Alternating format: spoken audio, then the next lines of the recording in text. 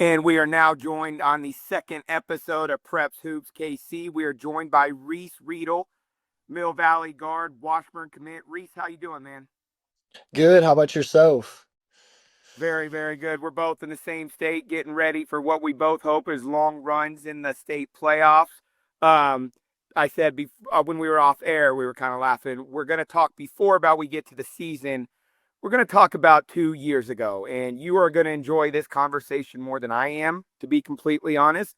But your sophomore year, we played you in a sub-state championship, and I'll never forget. For the listeners, I coach at Blue Valley West. Actually, Reese's freshman year, we went to their place as a 13 seed, and they were the 4, and we won an 85-83 double overtime thriller. It had everything you could ever want in a sub-state playoff game. And then the following year, we were looking at those sub-state standings, and as it got closer and closer to the end of the year, it was becoming apparent there might be a little revenge game for you guys, and you guys came to our place. Truly the best atmosphere I've ever coached in, and we started that game off so well, 10-0. That place was rocking.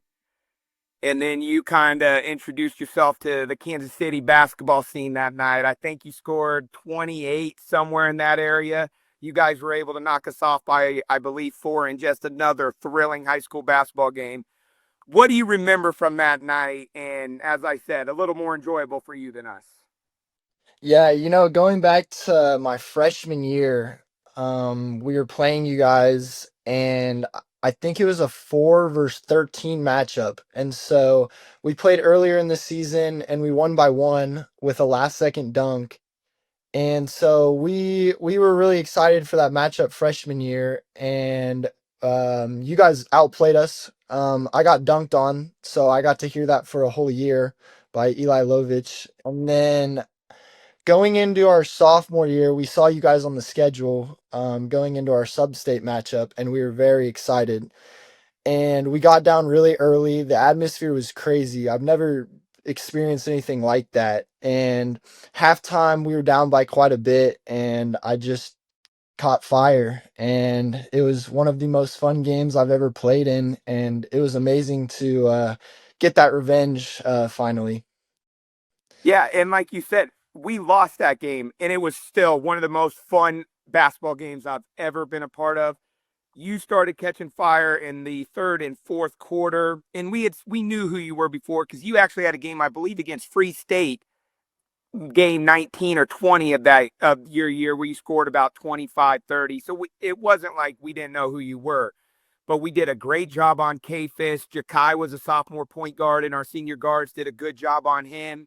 And Mason Kemp was on. You guys had a great team. We had a great team, but you started to get rolling, and I'll never forget this sequence. You came down and hit a three. I think you guys go up like 4 or something with 4 minutes left in the fourth.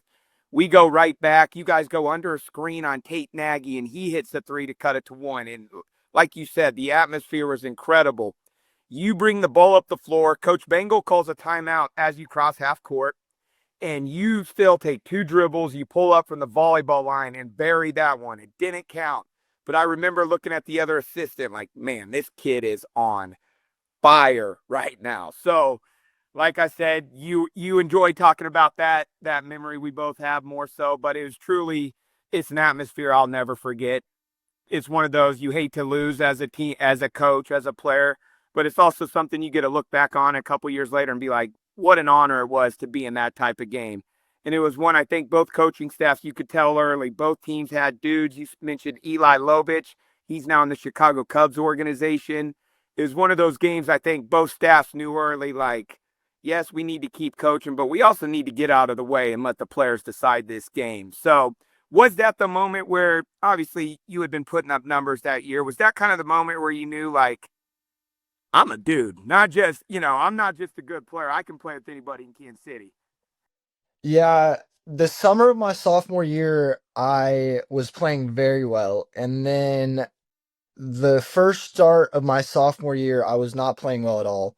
And so I finally started to hit shots. And then going into that Blue Valley West game, I was kind of on a roll, but I haven't really done anything like that. And then I just entered flow state, as some people might call it. And it really helped me going into the summer, and it built a level of confidence that I can't really get anywhere else besides a game like that. And so after that game, I kind of knew where I stood, and I really wanted to prove to people in Kansas City who I was and what I can do. Because I feel like people in Kansas City are very underlooked, and we have a lot of dudes, and I feel like I'm one of them. Absolutely. Our guest last week on the first episode was actually Cam Love, a guy you know very well. You guys have had some great matchups, and he said the same thing about how, like, there's obviously hotbeds in the country. You got Miami, Seattle, Chicago, obviously places with great traditions in high school basketball. In Kansas City, it's slept on, man. There are, night in and night out, there are good, very good high school basketball players on every team. If someone were to ask you about the talent in Kansas City, what would you say? Uh, Honestly, I think it's very underrated, and our AAU teams, our high school teams, when we match up against those teams from Miami and Chicago and all those schools, they underestimate us. And year after year, we go out there and prove ourselves. And I just think because it's in Kansas, we're a little underlooked, but each year we have people come out of here and they're very successful. And the atmospheres and the players are some where you can't get in most states. Like this year against Shawnee Mission South and Olathe North, some of those atmospheres you can't get anywhere else. And I just think we are very slept on as a city and individuals. Absolutely. We're going to talk about that Olathe North game. We always, at Blue Valley West, we always have that Tuesday off. And that's the game that we use to go scout potential playoff games. And we always look at the schedule and we look at the seating, and we're always like, you know what? We might play Mill Valley or Olathe North, and it's always the game we go to because it's as good a game every year. But you talked about the summer basketball. I coach at PAC. I know you played for Victor Williams. I have never got to personally have a conversation with Victor Williams. I grew up, he was playing Oklahoma, like right when started, Oklahoma State, excuse me, right when I started becoming a college basketball fan. And one thing I've heard from every single person who's ever worked for him is how dang good he is at his job and how he's able to get the absolute best of you. For someone who's never met Victor Williams or worked out for him, what's it like to play and, do your stuff with him? Yeah, at first you're gonna look at him like this dude's crazy. Like, why am I putting myself in this situation? But the more you get to know him, he loves you more than anyone else I've ever been around. He loves his players, and his overall skill development and knowledge of the game has helped him propel kids like Keaton Wagler, who are underrated, into really good players. And at first, I didn't really want to play for him. He yelled at me a lot, and that hurt my feelings. But once you figure out he is trying to make you better, he's going to get the most out of you. And anyone that doesn't know who Victor Williams is not doing something right, because he's going to get the most and the best out of you. Absolutely. Like I said, never talked with him or anything. But one thing I can really respect from afar is guys and girls, whoever goes and works out with him, they seem to become better basketball players. And that is a very impressive trait. Um, Going to talk now more about this year's team. I said we went to the Olathe North game, another just classic. For the viewers, if you don't know, Mill Valley in consecutive games went to Shawnee Mission South and Olathe North and won. And I'm going to be honest, we played both of those teams at Blue Valley West already early in the season. I don't know if there's a team in the state of Kansas that could accomplish that feat to go win at both of those places. They're two really different teams, but very difficult teams. So you guys obviously have been great all year. But after those two games, what was the mindset for you guys after that? Because that is truly an impressive feat to beat both of those teams. Yeah, what I've been preaching the last couple weeks and the last couple practices is we can't have a dip in our energy, because when you play two teams like that, Shawnee Mission South and Olathe North, they're super high level games. Everyone's amped up, the energy's there. You're gonna get the most out of every guy on the court. But when you come off of that, that's not our end goal to just beat those two teams. Our end goal is to win state. And so we have the momentum, but we couldn't have a drop. And against Free State, I felt the drop in our energy and our effort. And so overall, just staying with it and having the same intensity that we had against those two teams to carry into the playoffs, because no one expected us to win those two games, especially both of those two games. And so we were kind of feeling really good about ourselves. But our end goal is to win the state championship. And so we have to keep the same energy and effort that we had against Shawnee Mission South and Olathe North as some of the bottom teams in the league. Absolutely. When I was at that Olathe North game, one thing that really stood out to me, two of our assistants, excuse me, at Blue Valley West, Coach Jakai is a freshman. They were his head coach and assistant coach when he's at Shawnee Mission West. And one thing that really stood out to me, I remember, as I said, when we played you 2 years ago, you obviously went off, but it was more like, man, this kid went crazy on us. And Jakai was still a young point guard. Watching you two guys in the game against Olathe North is like, these aren't kids anymore. These are young men. And I thought you both did a phenomenal job. Jakai got off to a quick start in that game and then really didn't score a ton after that. And I thought you did a phenomenal job of letting the game come to you. You didn't score a lot early in the game, but you would have never known by your body language and just how you played. How much from that game, say 2 years ago at our place, your sophomore year to now, how much has the game just slowed down and like just your ability within a game to be like, it's okay, man. I haven't got a shot in a couple possessions. We're fine. Like, how much have you grown during those 2 years to where like you've seen every situation possible?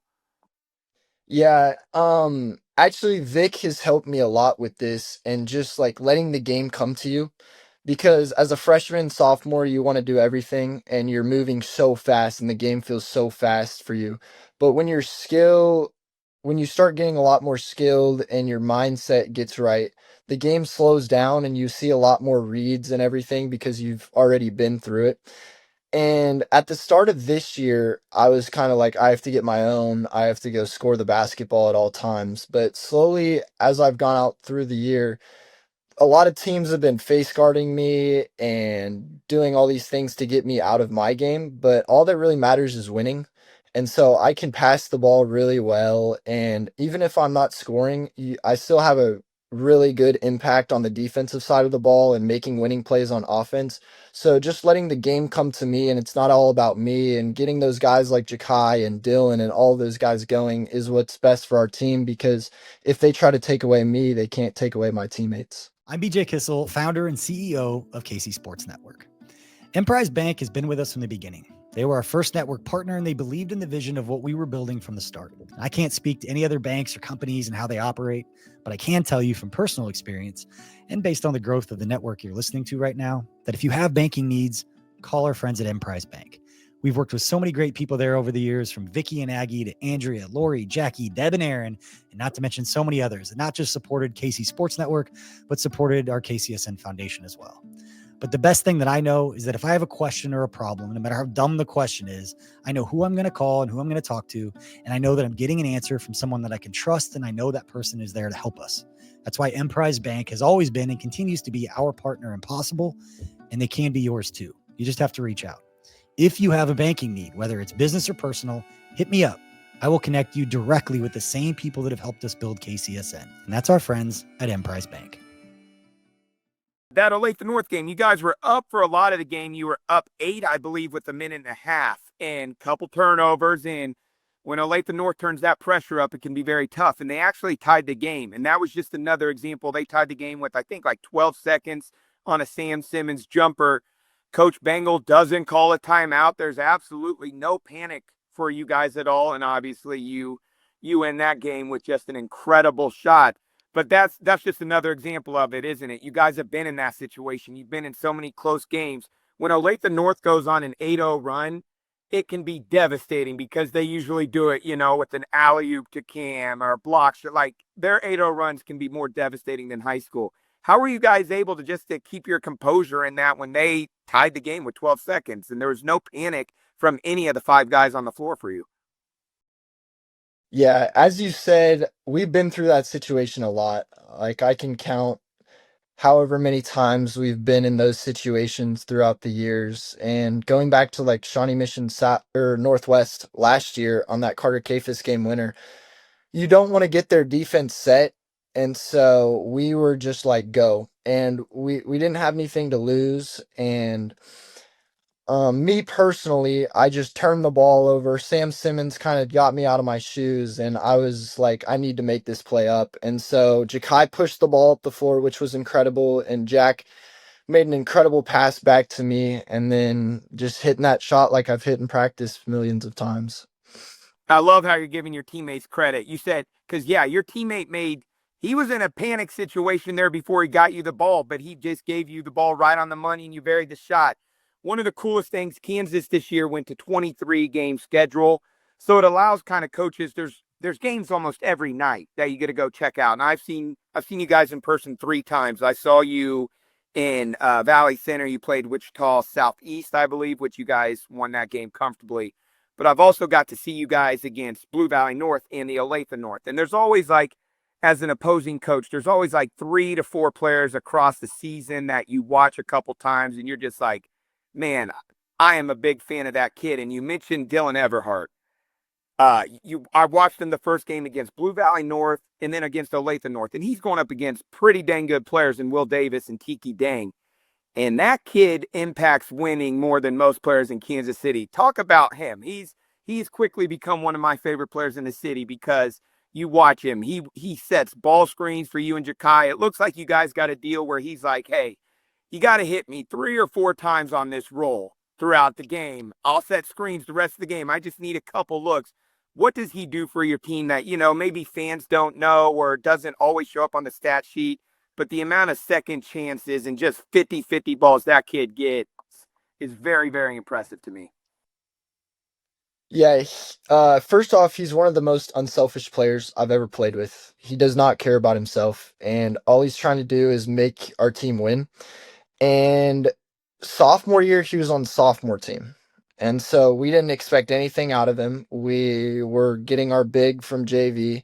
And over the summer, we were like, wow, this kid has developed a lot. And his motor is the biggest thing that stands out for me. He never stops moving. And sometimes in practice, it's like, Dylan, chill out. But on the basketball floor, it is awesome to play with because all of his highlights is he is crashing the boards as hard as he possibly can, diving on the floor, doing all those winning plays, and his motor never stops. And you're never going to hear anything out of him. And it's one of the most fun players I've played with because he's so unselfish, but at the same time knows his role and is out to do the best for our team. He is. I've watched him. The first time I watched him against Blue Valley North, I didn't know him really well. I was like, man, that guy, you take him off the floor, I'm not sure they win that game. I wasn't sure, like, is that who he is all the time? And then against Olathe North, he was phenomenal. I think he had 18 or 20. And like you said, you know better than me, but I don't think there's a ton of plays called for him. He is an example of control where you can control, and there's a real simple way to guarantee that you get the ball, and it's the offense and defensive rebounding. So he's just a guy I've got to see a couple times, and it's like, that is a winning player. And so often people hear the phrase role player, and it's almost has a negative connotation. But I think what makes you guys really, really impressive is the fact that all of your players know their roles. And from the outside looking in, they've accepted that role 100%. And it seems like you guys all are on the same page that we don't care how we win or who scores. We just want to be cutting down nets in March. So when you have 5 guys on the floor like that, how easy is it just to know, like, no one cares who gets the glory, who gets the stats. We just want to move on and advance. We're at that point in the year, right? To where you just have to win. So just talk about what it's like to have 5 guys on the floor at all times willing to do whatever it takes. Yeah, at the start of the year, it didn't look anything like this, and people heard role player, and they were like, "Why am I a role player?" Because their skill, if they went to any other team in the state, they're not a role player. But the reason that we won against Shawnee Mission South and Olathe North is because of our role players and how they dominated that role. And we have 3 to 4 guys who have just completely locked into their role, and it makes it so much easier to play with because they do what they need to do and they do what makes them special. Because we have a dude named Grady Larson who just knocks down threes. And so he has accepted that role and has grown so much on the defensive end, and that has what made him a great role player. And Jack, AJ, and Dylan are just, they should be best players on other people's teams, but they have now accepted that role, and it has taken our team great lengths because they're playing their role and they're doing what makes them special.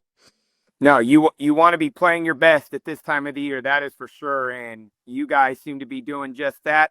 Just a couple more questions for you, Reece. Obviously, we talked about the game your sophomore year. Your sophomore year, you have the future, right? You have everything. Obviously, you want to win that game, but you have nothing but time in your mind. And now you're a senior. What is your mindset going into this playoff run compared to that, to where, like this is it? And we got to be our absolute best every single night, or the goal, the dream can be over just like that. Do you have a different mindset going into this sub-state run and eventual state run, and is what you're hoping for? I do believe in the past couple years I've been locked in, but I've never been locked in like this. And it's all about winning now, because my sophomore and junior year, it was like, could we beat Shawnee Mission Northwest? I'm eh, I'm still getting recruited. Like, I need to get my own, but now it's all we're worried about is the state championship. And so night in and night out, it can be my last game and it can be our team's last game. And so coming with the same energy and effort every single game and pushing ourselves to win that state championship is the only goal. And that's all we are focused on now. Awesome, man. Obviously, you still got what you hope is a long run here in March in Kansas. You are committed to Washburn. One of our former point guards at Blue Valley West is a key player on this year's Washburn team.